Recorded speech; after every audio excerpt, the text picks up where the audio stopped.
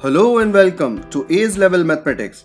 This is Umar Katan and I'll be your instructor throughout this training series.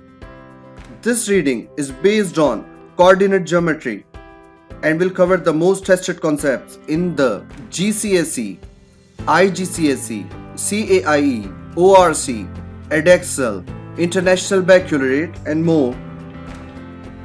Main topics in this reading are as follows. So what is distance formula? Midpoint formula. Finding the gradient and working over the condition of the gradient. How to find the equation of a line. Finding the equation for the perpendicular bisector. And finally, I will walk you through multiple past paper questions step by step so you know exactly how to handle these questions in the final exams. So, let's get started.